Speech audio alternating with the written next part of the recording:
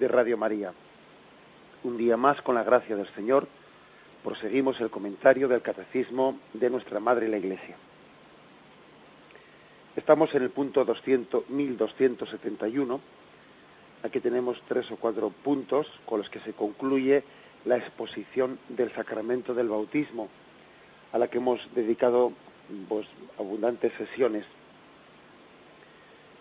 Este punto 1271 tiene el título El vínculo sacramental de la unidad de los cristianos.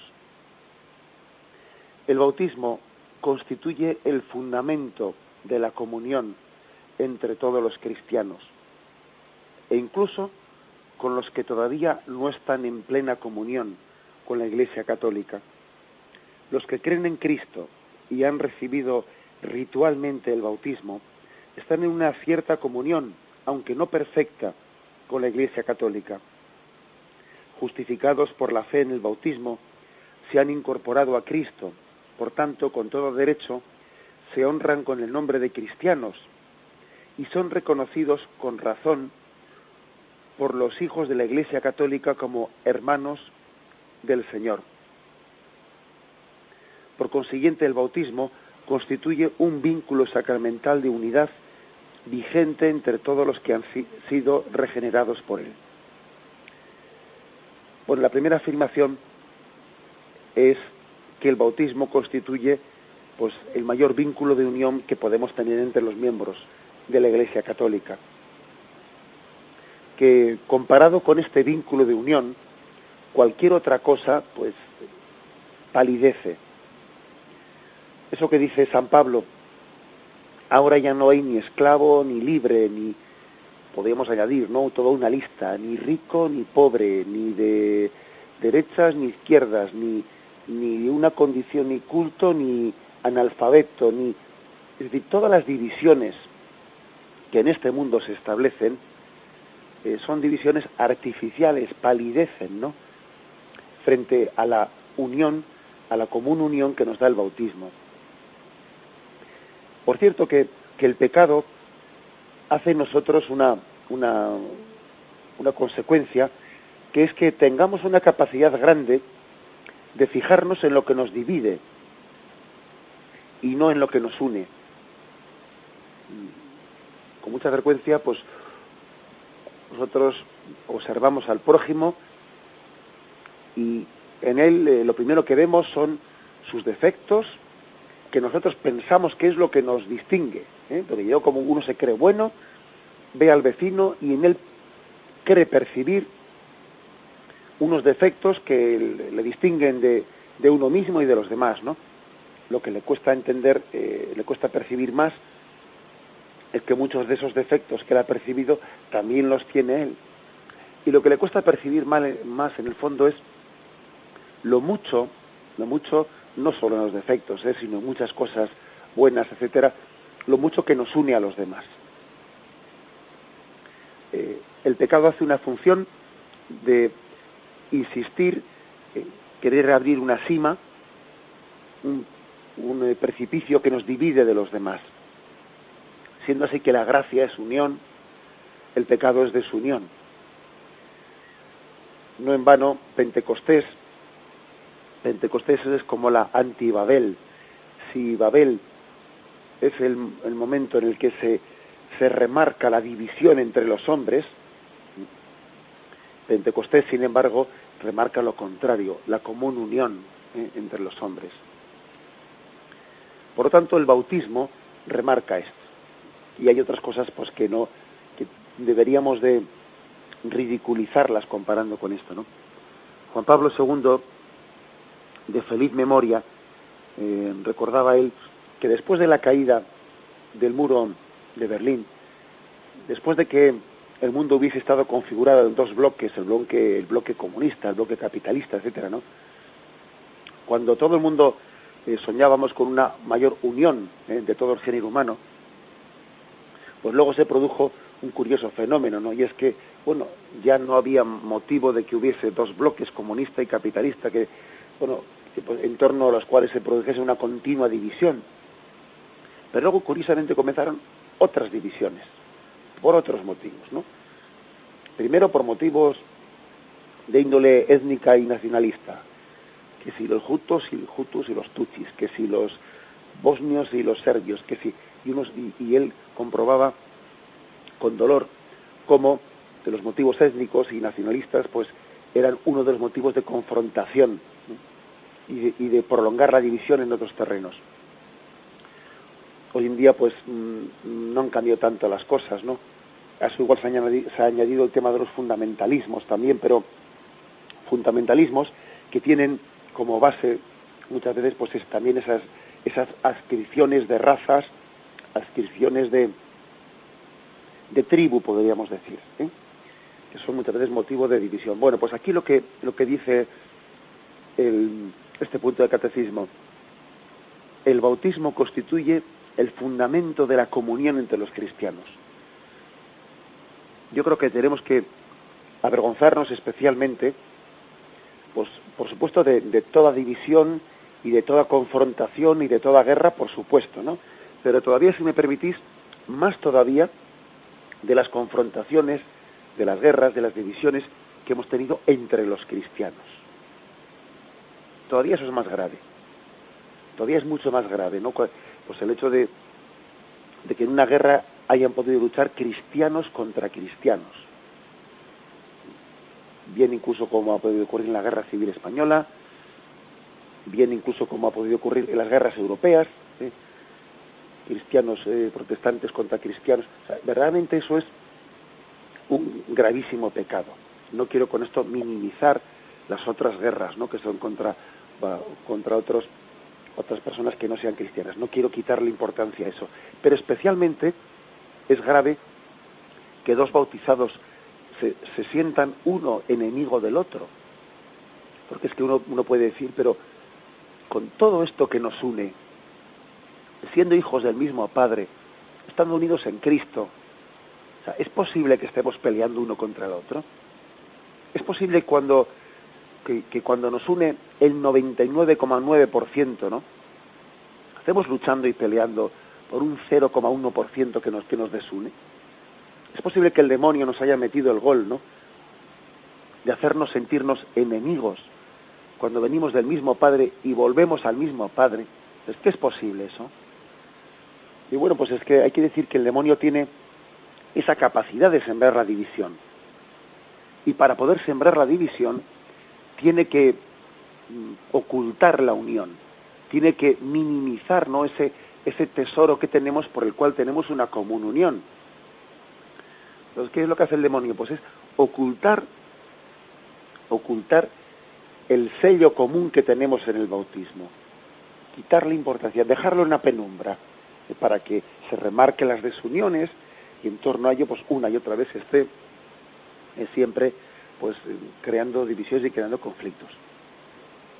El bautismo, pues, no, en primer lugar, tiene que ser el fundamento de la comunión entre todos los cristianos.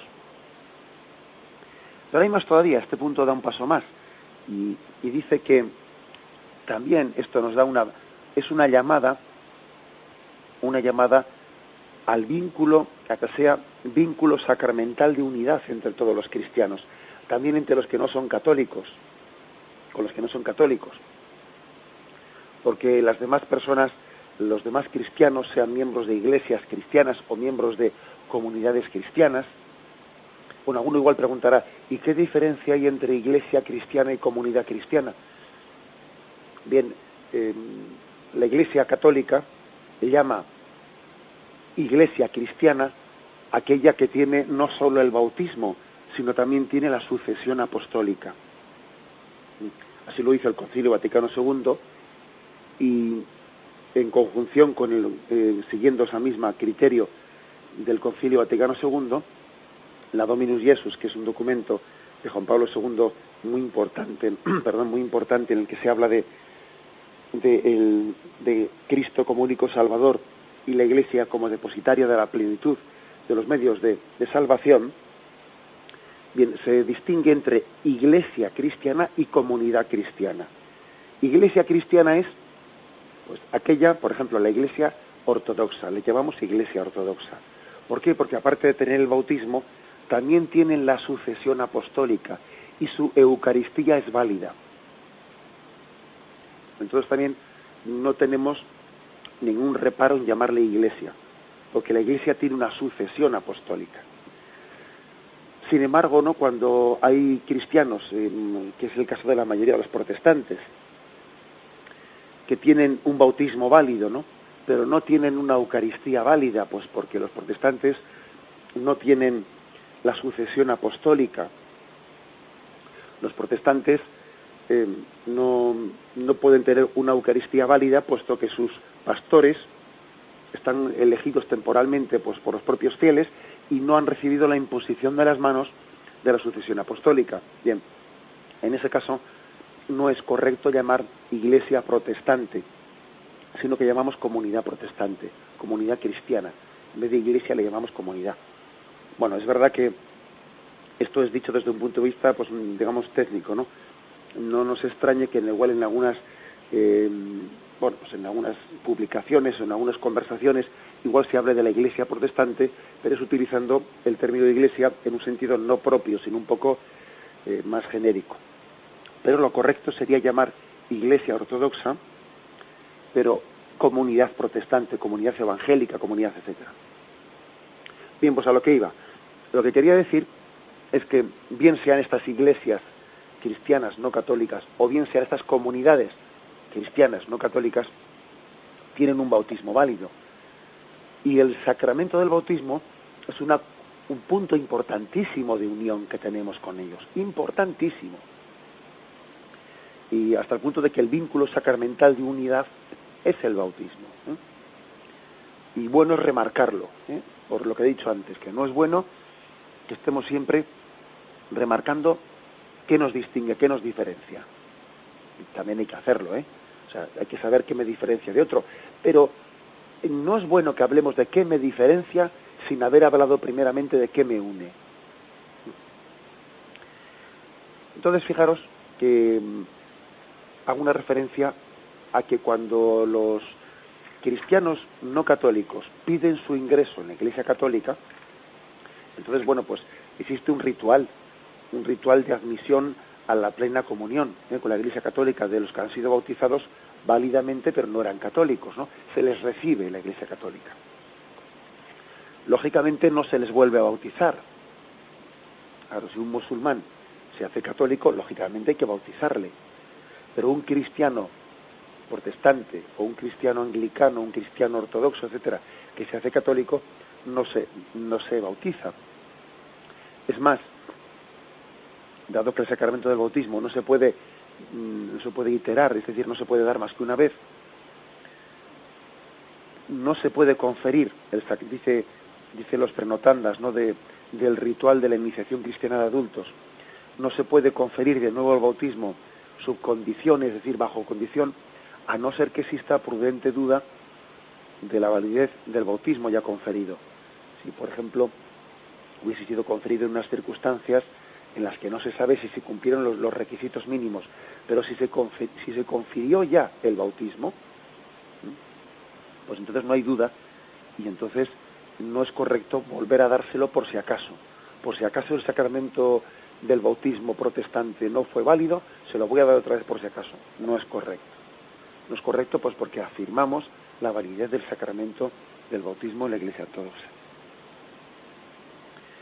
Esa es una primera afirmación. Y además, otra también importante que hace, estas prenotandas, ¿no?, del ritual de iniciación cristiana de adultos. Dice, al que ha nacido y ha sido bautizado, ya no se le exige la adjuración, sino únicamente la profesión de fe. O sea, es decir, acordaros de que en el bautismo hay dos partes, ¿no? Se le dice, renuncias a Satanás y prometes vivir como un cristiano. Y él dice, sí, renuncio. ¿Renuncias a Satanás y todas sus pompas? Sí, renuncio. Y en la segunda parte se le pregunta, ¿crees en Dios, Padre Todopoderoso? Él dice, sí, creo. Bueno, pues aquí lo que se dice es, cuando un protestante, por ejemplo, ¿no?, de otra iglesia o de otra comunidad que no es católica, cuando viene a la y quiere ser admitido por la Iglesia Católica, no se le vuelve a preguntar esas preguntas de renuncia a Satanás, porque ya renunció a Satanás en la Iglesia protestante, anglicana, ortodoxa o comunidad o lo que fuere, ya renunció. Únicamente se le hace la pregunta por el credo, porque es que sí que es importante que crea en la plenitud de la fe católica. Pero la primera parte de renuncia a Satanás no se vuelve a hacer, porque ya se hizo. Ya se hizo en el sacramento del bautismo. Es un detalle interesante, ¿no? Un detalle que llama la atención. Leo, por ejemplo, algunas de las oraciones que se hacen en esas ceremonias de admisión de protestantes o de otros cristianos a la Iglesia Católica. ¿Qué tipo de oraciones se hacen? Leo, por ejemplo, el modelo de la oración universal. Queridos hermanos, dando gracias a Dios, hemos recibido en la plena comunión de la Iglesia Católica a este hermano nuestro, que ya estaba inserto en Cristo por el bautismo, para que él enseguida participe con nosotros de la mesa del Señor. Estaba inserto en Cristo, pero todavía no podía comulgar, porque le faltaba una plenitud de comunión.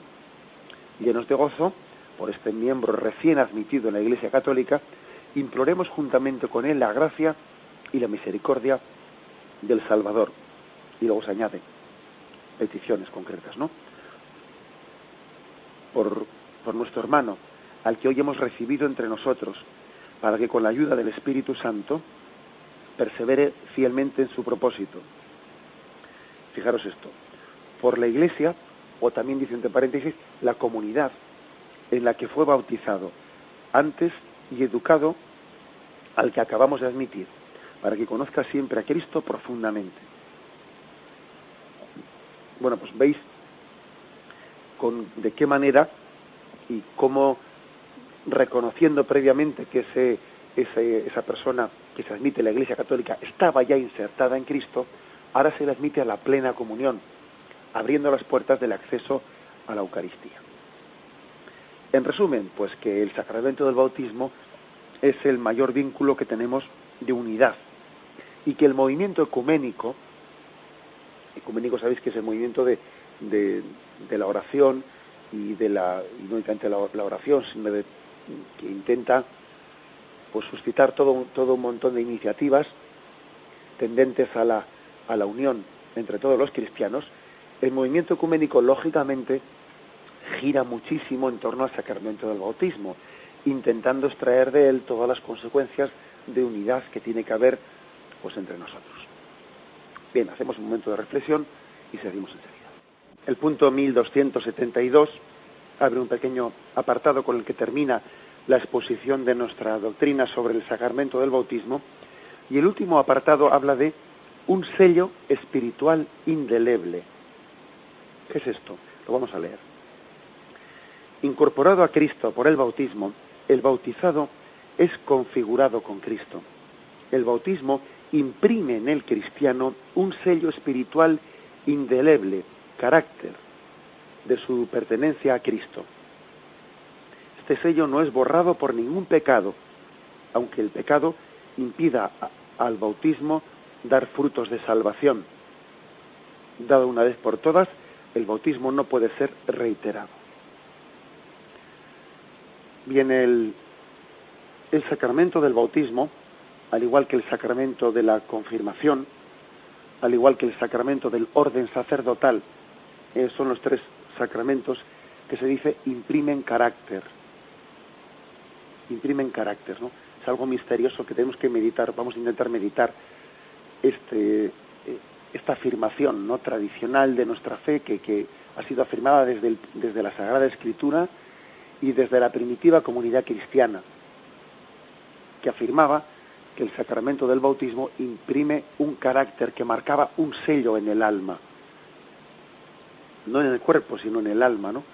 Ellos hablaban de las fragis, o sea, del sello, el sello que quedaba, por el que quedaba marcado, hemos sido marcados. ¿Qué significa esto, no? Significa, como dice aquí mismo, que hemos sido configurados con Cristo. Dice Romanos 8:29. Pues a los que de antemano conoció, también los predestinó a reproducir la imagen de su Hijo, para que fuera Él el primogénito entre muchos hermanos. O sea, es decir, que estamos destinados a reproducir la imagen de Cristo en nosotros. Al igual que se dice que el hombre fue creado a imagen y semejanza de Dios, o sea que por creación,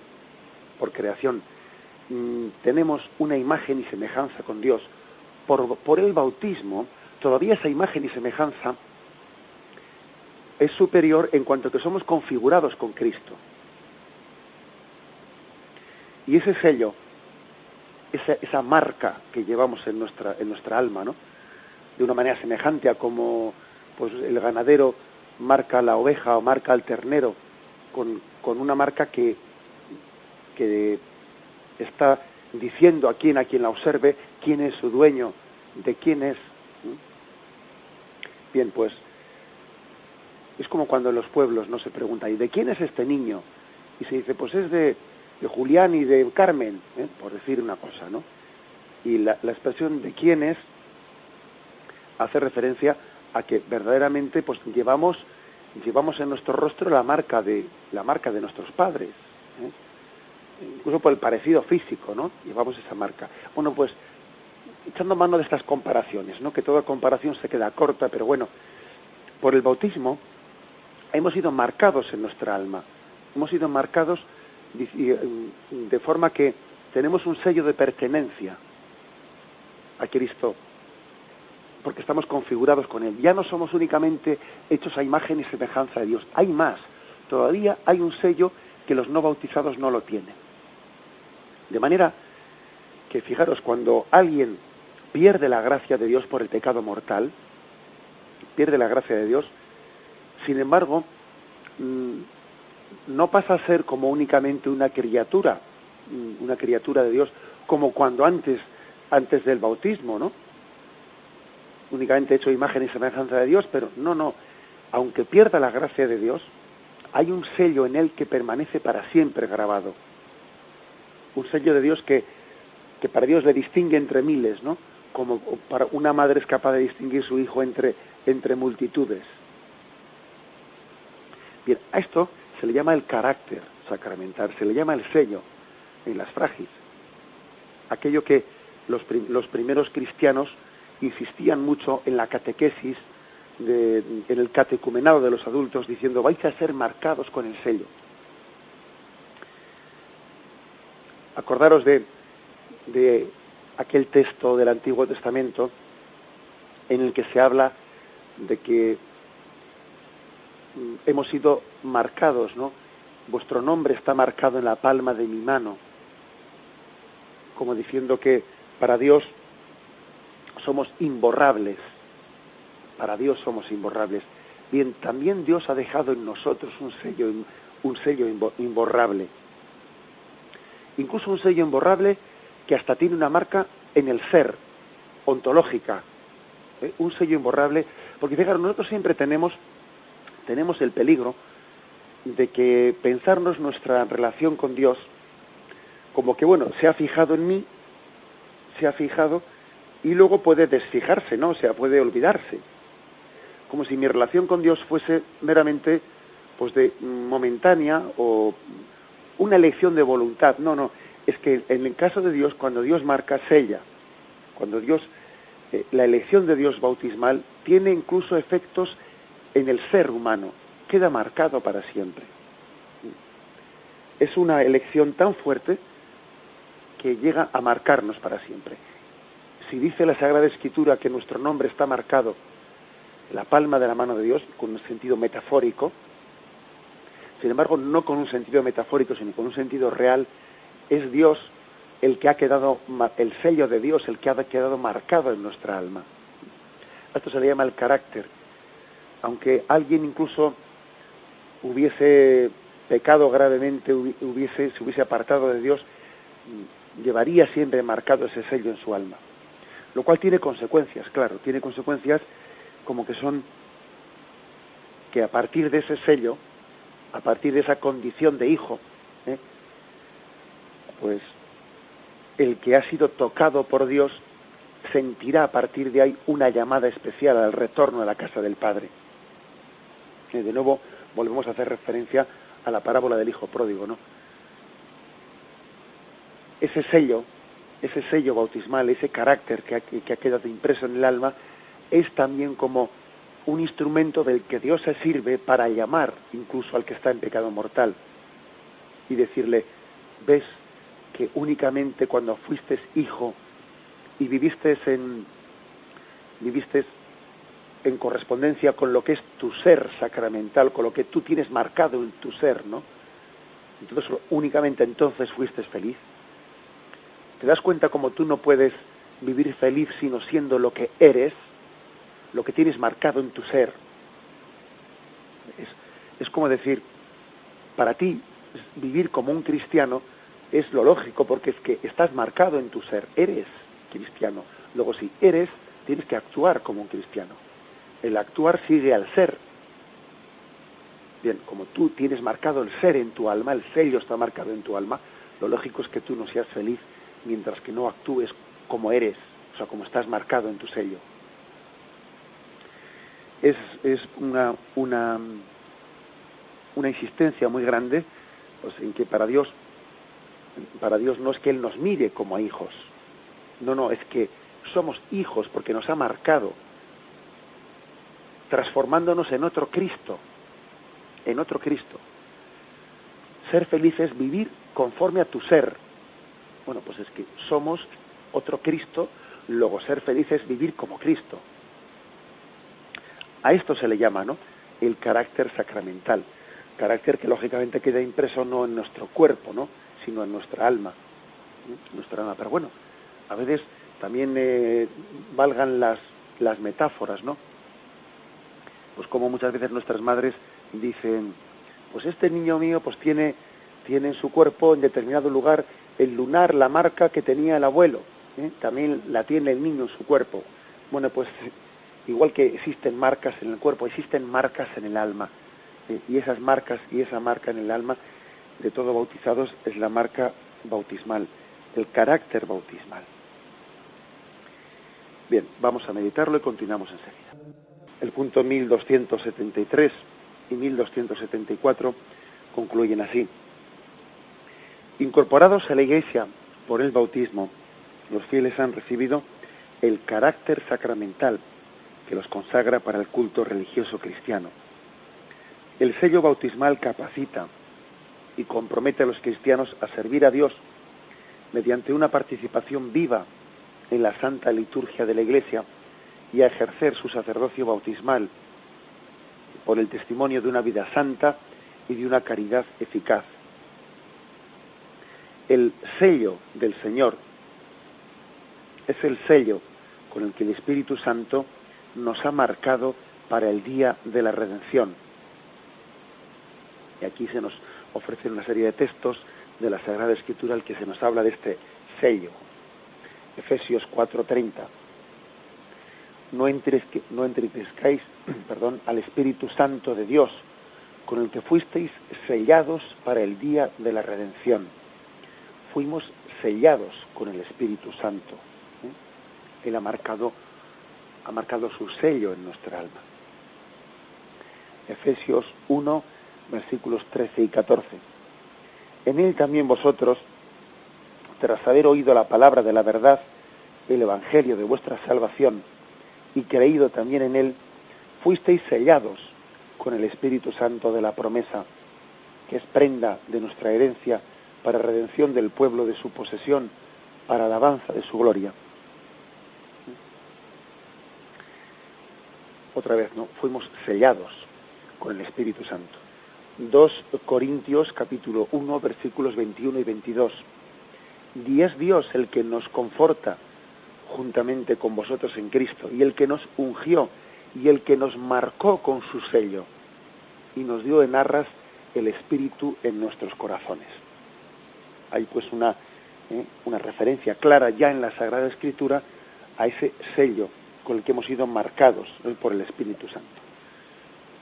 Desde el primer momento la tradición cristiana atribuyó ese sello con el que hemos sido marcados al sello bautismal, al carácter que imprime el sacramento del bautismo. Pues bien, San Ireneo, también un autor del siglo II, él habla de que el bautismo es el sello de la vida eterna. Y concluye este punto del catecismo: el fiel que guarde el sello hasta el fin, es decir, que permanezca fiel a las exigencias de su bautismo, podrá morir marcado con el signo de la fe, con la fe de su bautismo, en la espera de la visión bienaventurada de Dios, consumación de fe, y en la esperanza de la resurrección. Es, por lo tanto, una forma de hablar de los que han sido marcados con el sello del Cordero, los que han sido marcados con su sello. Es un signo de fidelidad a esa llamada de Dios. Aquellos que habían sido marcados con el sello, tal y como también el libro del Apocalipsis nos describe, ¿no? Los que han sido marcados con el sello son aquellos que han guardado intacta la gracia bautismal, o si han cedido por el pecado, la han recuperado en una contrición perfecta, ¿no? Han guardado el sello. Bien, se añade a esto, a esta afirmación de ese sello en el que estamos grabados, como decíamos antes, que el obrar sigue al ser, porque tenemos que actuar conforme a lo que somos. Bueno, pues el punto 1273 que hemos leído y hemos pasado un poco sin detenernos en él, el punto 1273 nos recordaba que fruto de ese sello por el que estamos marcados, los fieles están consagrados para el culto religioso. El sello bautismal les capacita, pues primero, para participar en la vida litúrgica. En la vida litúrgica en la que participa aquel que ya está capacitado para ello. El punto número 11 de la Lumen Gentium, de la Constitución de la Iglesia, habla de ello. Dice: la condición sagrada y orgánicamente constituida de la comunidad sacerdotal, y por el bautismo, recordemos que tenemos estas tres condiciones, ¿no?, de sacerdotes, profetas y reyes, se actualiza tanto por los sacramentos como por las virtudes. Los fieles incorporados a la Iglesia por el bautismo quedan destinados por el carácter al culto de la religión cristiana, y regenerados como hijos de Dios tienen el deber de confesar delante de los hombres la fe que recibieron de Dios por medio de la Iglesia. Pero fijaros cómo dice el Concilio Vaticano II, que los fieles, por el bautismo, quedan destinados por el carácter, o sea, por ese sello espiritual que queda marcado en ellos. Como diciendo, tú, por ese sello que tienes marcado, estás destinado a esto. Estás destinado a dar culto a Dios y a dar testimonio de tu fe ante los demás, y a servir en la caridad a todos los hijos de Dios, a todos aquellos en los que Cristo está presente, ¿no?, para ser servido por su situación de pobreza, de postración, de exclusión. Tú estás destinado a ello. Mírate adentro y mira ese sello. Mira que dentro de ti eres como un portador de Dios, eres como un teóforo, alguien que lleva a Dios dentro de sí. Ese sello es algo parecido al anillo, a la alianza que lleva un casado. Esa alianza que lleva siempre dentro, imaginemos que en vez de ser algo, un objeto añadido a nuestro cuerpo, esa alianza fuese una marca que se hace en la piel, ¿no? Pues ese sello es algo que le está recordando, igual que al casado le recuerda el anillo, que yo estoy comprometido, que mi corazón es mi corazón es de Dios a través de mi esposa, mi corazón es de Dios a través de mi esposo. Igual que eso es así, igual que esa alianza, que ese anillo es un signo visible de una consagración invisible de ese corazón, lo mismo pasa con el sello, con el carácter con el que estamos marcados en el alma. Tú eres para, lo llevas marcado en ti, en tu alma, lo llevas marcado. Esa es la afirmación, ¿no?, así tan, digamos, importante, tan contundente que la Iglesia hace con su fe. Todavía por el sacramento de la confirmación se recibe otro sello más, que todavía vincula más estrechamente a la Iglesia, enriqueciéndose de una forma especial, ¿no?, del Espíritu Santo, que todavía obliga con mayor compromiso a difundir y defender la fe. Así lo dice también este punto 11 de la Lumen Gentium. Pero lo primero que se afirma aquí es que todo aquel que ha sido marcado con el sello está destinado al culto, a dar gloria a Dios en la liturgia, y a servir a sus hermanos, como dice después la Lumen Gentium en el punto 10. Dice, a ejercer, todos los sellados están destinados a ejercer su sacerdocio bautismal por el testimonio de una vida santa y de una caridad eficaz. Número 10. Lo vamos a leer también, aunque sea brevemente, porque es bastante largo, pero bueno, seleccionamos algunas cosas. Cristo Señor, pontífice tomado de entre los hombres, a su nuevo pueblo le hizo reino de sacerdotes para Dios su Padre. Los bautizados son consagrados como casa espiritual y sacerdocio santo por la regeneración y por la unción del Espíritu Santo, para que por medio de todas las obras del hombre cristiano ofrezcan sacrificios espirituales y anuncien las maravillas de Dios, de quien les llamó de las tinieblas a la luz admirable. Para ello todos los discípulos de Cristo, perseverando en la oración y en la alabanza a Dios, han de ofrecerse a sí mismos como hostia viva, santa y grata a Dios. Han de ser testimonio de Cristo en todo lugar, y a quien se la pidiere han de dar también razón de la esperanza que tienen de la vida eterna. Es, por lo tanto, otra llamada, fruto de ese sello.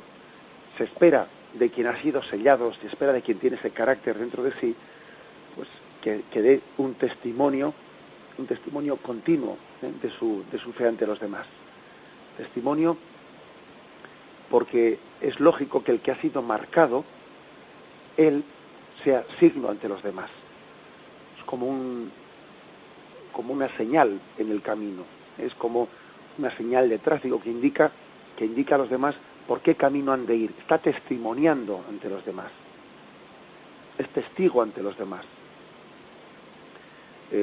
Ser teóforo, ser portador de Dios, del sello de Dios dentro de ti, en el fondo es casi ser custodia, casi ser una custodia que está custodiando el tesoro, que quienes me miren vean a Dios, que quienes vean mis obras perciban la cercanía de Cristo. Esto es una auténtica jaculatoria, ¿no? Un auténtico modelo, una meta de vida. Que quien me mire te vea, Señor, que quien me mire te vea. Esa es una jaculatoria que deberíamos hacer nuestra, ¿no? Somos portadores del sello de Dios, un sello invisible, pero que nuestras obras deben de hacer visible. Lo invisible del alma tiene que hacerse visible a través de nuestra vida santa, de nuestro testimonio, de nuestras obras de caridad, de nuestra... Este es el misterio cristiano, pasar a hacer visible lo que está invisiblemente marcado en nuestra alma. Igual que Jesucristo en su encarnación hizo visible la santidad de Dios invisible, se hizo visible en la humanidad de Jesucristo. Bien, pues veamos también esta comparación. También el cristiano tiene que hacer visible en sus obras, en su vida santa, en su testimonio de fe y de caridad, tiene que hacer visible el sello invisible con el que está marcado en su alma. Esta creo que es la conclusión, ¿no? La conclusión a la que podemos llegar después de haber explicado durante estos días lo que es el sacramento del bautismo. Y me despido con la bendición de Dios Todopoderoso. Padre, Hijo y Espíritu Santo, descienda sobre vosotros. Alabado sea Jesucristo.